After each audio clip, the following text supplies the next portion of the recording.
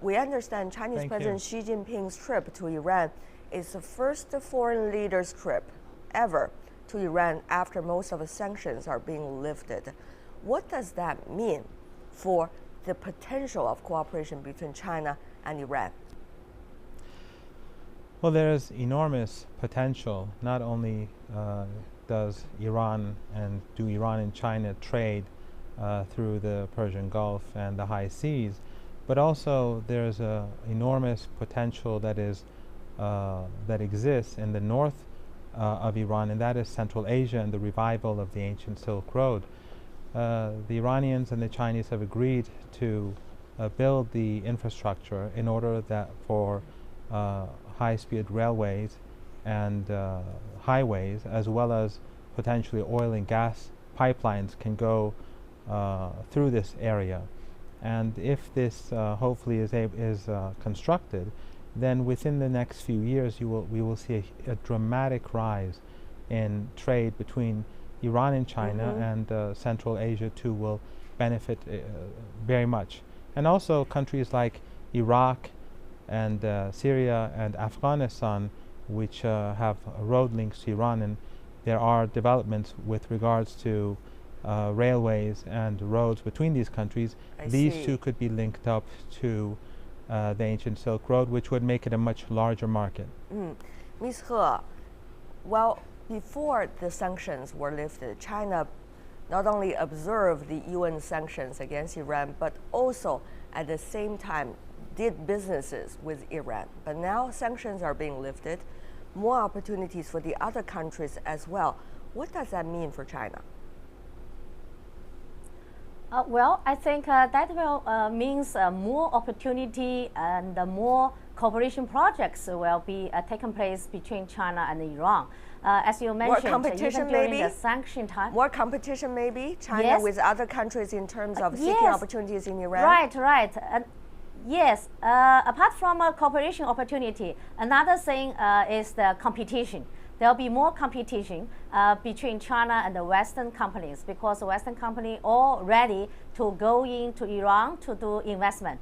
But those competition, I don't think it's a bad thing, because economic competition is also do good for Chinese companies to upgrade their technical know-how, their management skill, and also even their technical those know-how skill. So we are not afraid of any competition from other international companies. Actually, we can, through this process, to improve our own capacity. Plus, that the Iranian government also said they have appreciated very much with China's engagement with Iran, even during the sanction time. So they will continue to support China's companies to engage further with Iranian economic development. So we also can get continuous support from Iranian government and Iranian companies. Mr. Batarfi, you've been patiently listening to the other panelists. Let me ask you though, China seemed to play a balanced diplomacy between Saudi Arabia and Iran. Just looking at the Chinese president's trip, his itinerary, you could almost have an idea. What does that mean for Saudi Arabia? And particularly when Iran's sanctions have been lifted by most of the Western countries, where is the potential for China and Saudi Arabia? Well, it's always good business, make good life. When people have a choice between building or breaking, it's always a good idea to get them engaged and busy with building stuff and development than going to war to get what they want. So I believe spreading this investment opportunity around the region will get the region a better hope for a future of cooperation among all the nations and between them and their international partners.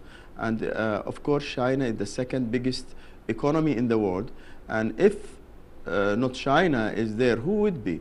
I mean, the China economy could absorb all the extra money those countries need to invest in the world, and also these countries could use the talents and the investment of the Chinese company that proved through history that they are very reliable, honest, and hardworking. Right. And Ms. He, let me ask you, just follow what Mr. Batarfi just said. The crude oil, the prices of it has been going down very dramatically over the past few weeks. Some suspect that trend will continue for some time. Of course, that is not necessarily going to have any direct impact on China's relations with countries such as Iran, such as Saudi Arabia. But also the other thing that we need to look at is China's necessity of developing deeper ties with these countries also have something to do with the country's need and necessity for oil for its future development. So what would all of these new trends mean for China's policy? Well, I think there are two kinds of meanings for China's policy with those countries. First is when the President Xi visited those three countries in the Middle East, one thing he has attached a great importance is to establish a very reliable resources relationship with Saudi, with Iran. This reliable means that we will continue to be a consuming market for the oil, gas from Iran and Saudi, and also Saudi and Iran, they will continue to be a very reliable suppliers to China's needs. So this kind of a sustainable relationship will be there. And secondly, I think that is we are going to help Saudi and Iran to develop their diversified economy, because each of them, they don't want to rely only on their resources, only on the oil income or oil revenue.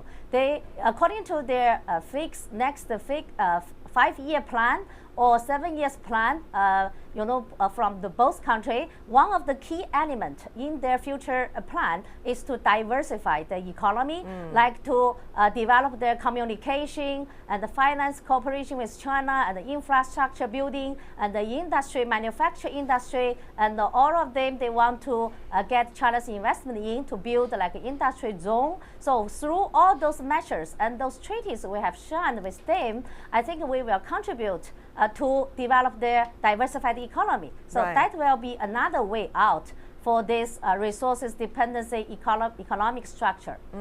But on the other hand, Mr. Batarfi, we look at the wonderful picture of cooperation in your region between China and countries like yours, Saudi Arabia, or where Professor Marandi comes from, Iran. At the same time, though, we look at also the geopolitical complexities inside your region. After all, Iraq, after all, Syria are still in the turmoil. So let me ask you about this. Both of your countries, Iran and Saudi Arabia, are talking about taking part into China's project of so-called One Belt, One Road or Silk Road initiative. But how much would these geopolitical complex in a way hinder the development or your involvement into this grand plan? Well, I believe this is two different lines, the economic cooperation and the political issues in Syria, Iraq, or Yemen. China could cooperate, it has been cooperating with these countries for ages, regardless of all the historical events and turmoils in the region. We shouldn't wait for these issues to end. For example, the Israeli occupation of Palestine has been there for a long time, and this region witnessed many wars.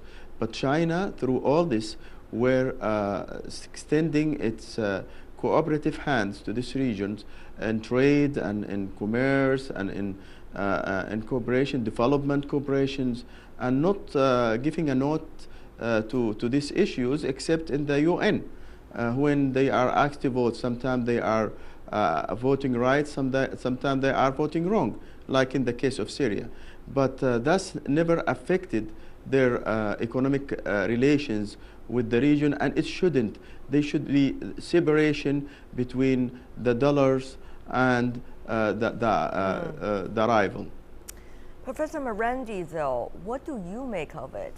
The geopolitics, the regional conflicts, and the possibility of regional economic development cooperation with China?